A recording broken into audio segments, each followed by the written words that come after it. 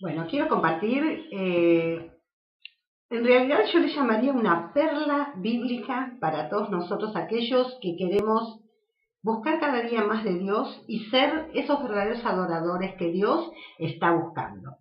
Yo quiero leer acá en el Evangelio según San Juan, capítulo 11, en el versículo 3 y 4.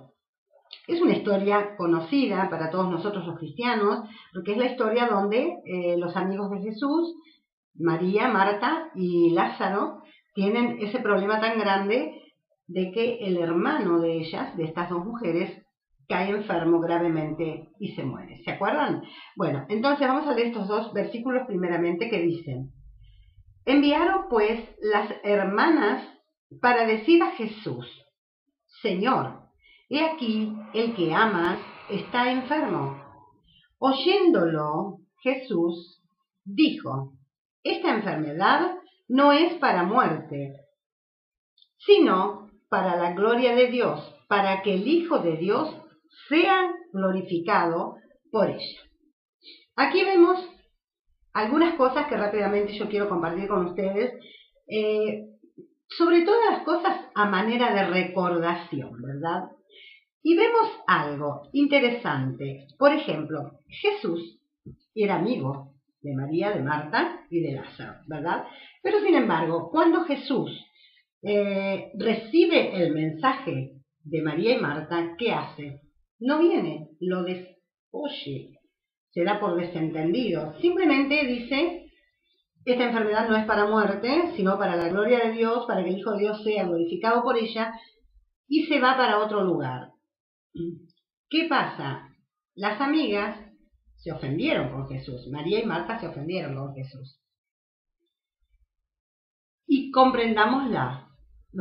Si nosotros personalmente tuviésemos un problema grande, porque no era un problema común, era un problema grande, era una enfermedad, entonces mandamos a nuestro mejor amigo, mandamos a un siervo de Dios que tiene compatibilidad con nosotros, que tiene amistad, que nosotros conocemos, que Él tiene la solución, que Él tiene la palabra, que va a venir a orar, que nos va a ayudar, y de repente, en vez de venir, se va para otro lugar, ¿qué haríamos nosotros? Estaríamos ofendidos. Y nos damos cuenta que estaban ofendidas porque cuando Jesús vino, lo primero que hicieron fue recriminarle. Si hubieras estado aquí, mi hermano no habría muerto, ¿no es cierto? Así que podemos aprender algunas cosas de este pasaje, que rápidamente, en poco tiempo, yo quiero comentarles, porque seguramente que muchos de los que van a ver este video archi conocen todo esto que yo les estoy diciendo, pero en el final de lo que voy a decir hay una perlita que Dios me ha mostrado y que es bueno que nosotros podamos tenerla en cuenta por si nos toca en algún momento una situación semejante. Muchos de nosotros, o mejor dicho, ¿cuántos de nosotros tenemos nuestros muertos?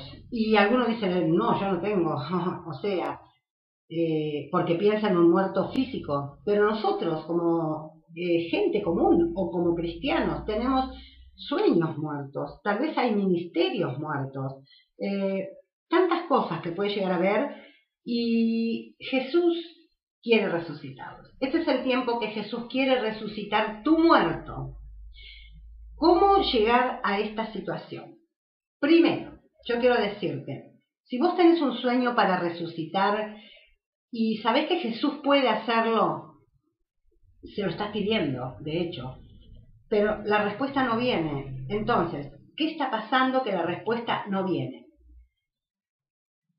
Hay varias cosas que quizás nosotros tendríamos que tener en cuenta, pero en especial una, y es que en el momento de que Jesús va a resucitar a su amigo Lázaro, ¿qué pide?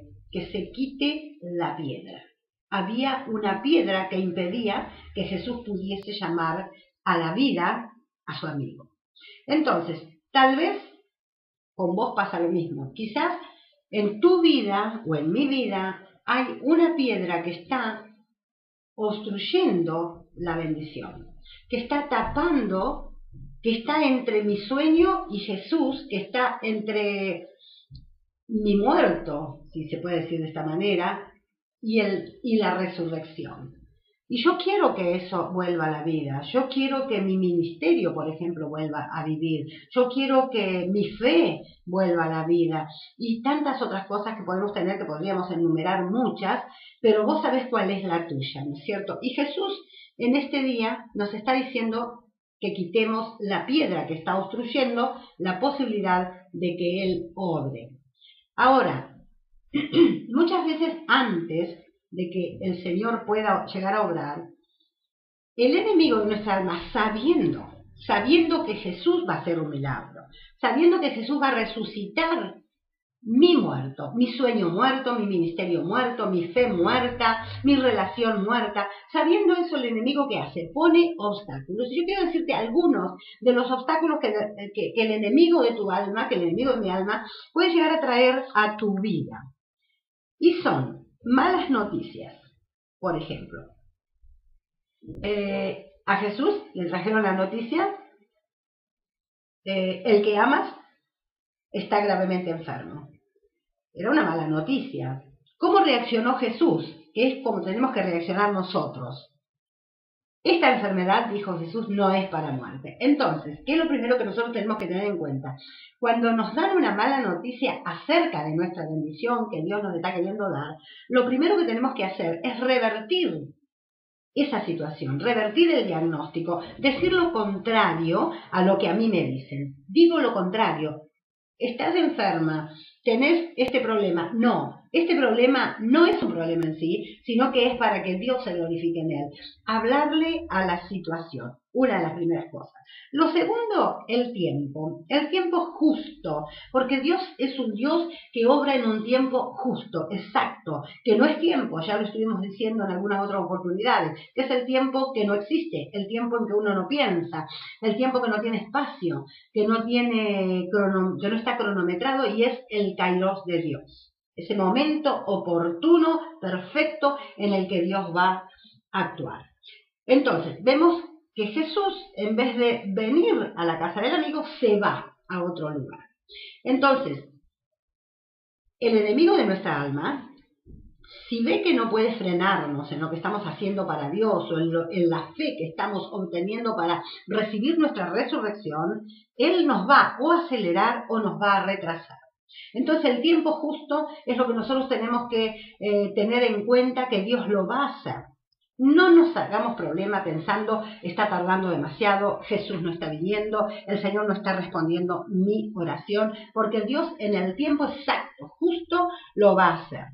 Otra de las cosas que podemos ver que el enemigo va a hacer que existan son los amigos y la familia.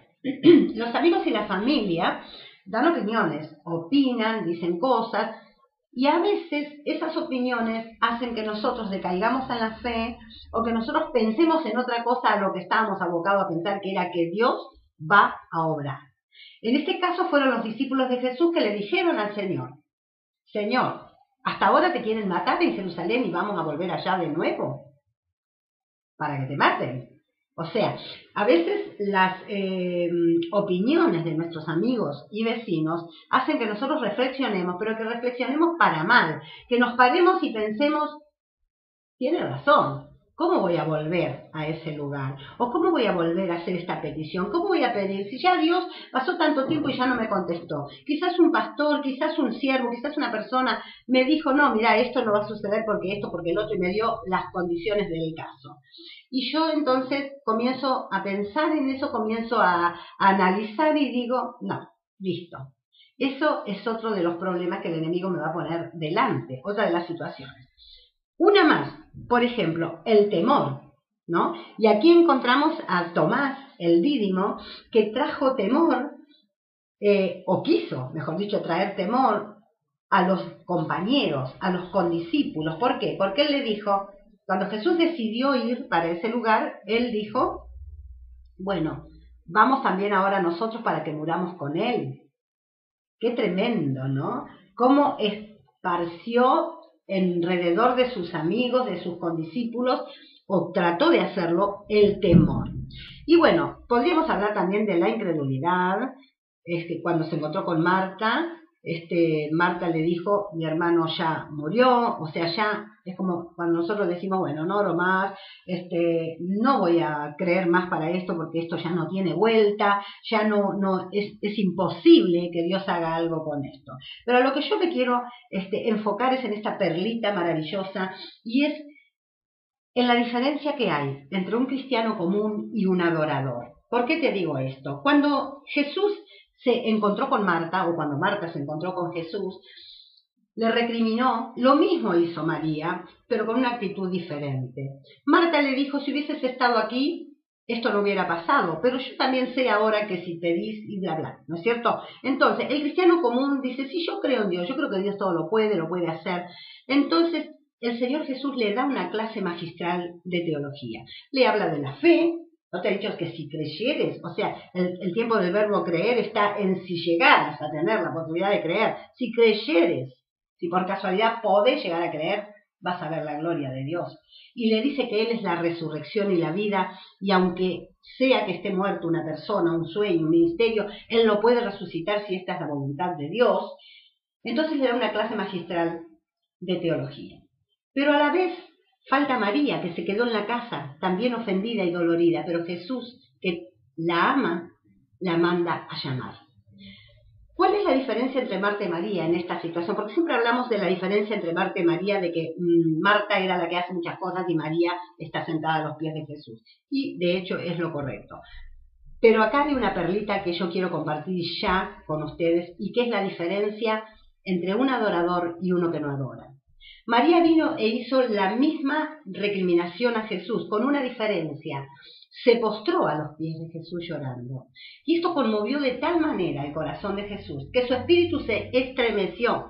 ¿Y qué dice la Biblia? Que registra que Jesús lloró. Un adorador toca el espíritu del Señor, toca el corazón de Cristo. Un adorador hace que salga de Jesús la pregunta, ¿dónde está? ¿Dónde lo pusiste? Quiero hacer que esto viva, quiero dártelo, quiero darte todo lo que quiere tu corazón, porque acabas de hacerme estremecer. Entonces, esta es la diferencia que hay entre un cristiano común y un adorador. La diferencia la hace el adorador. El adorador desata el milagro. Así que mi experiencia es esta también. La revelación que Dios me dio es esta perlita que yo quiero compartir. ¿Cuál era la diferencia? ¿En qué lugar estás? ¿Siempre tratás de encontrarle la teología a todas las cosas? ¿O vas a ese lugar de adoración donde ya no hay palabras, sino un llanto y un postrarte delante de Dios para decirle, Señor, si hubieras estado? Pero con un corazón rendido, con un corazón de adorador, que el Señor inmediatamente te va a decir, ¿dónde lo pusiste? ¿Dónde lo pusiste? Porque te voy a dar este sueño que creíste muerto. Porque yo soy la resurrección, porque yo puedo hacerlo. Así que qué bueno que vos puedas seguir meditando sobre esto y que si hay piedras que tuvieses que quitar, quítalas. Y confía en que Dios verdaderamente te va a dar lo que vos estás buscando de parte de Dios. Qué hermoso que es que verdaderamente nosotros podamos venir al Señor con este corazón de adorador para que el Señor nos pregunte ¿dónde lo pusiste? ¿Dónde lo pusiste? La adoración, recordalo, es la que marca la diferencia. Dios te bendiga y ojalá llegue a tu corazón y seas ese verdadero adorador al cual Jesús le va a preguntar, ¿dónde está lo que querés que haga? ¿Dónde está el problema? Yo lo voy a solucionar. Dios te bendiga.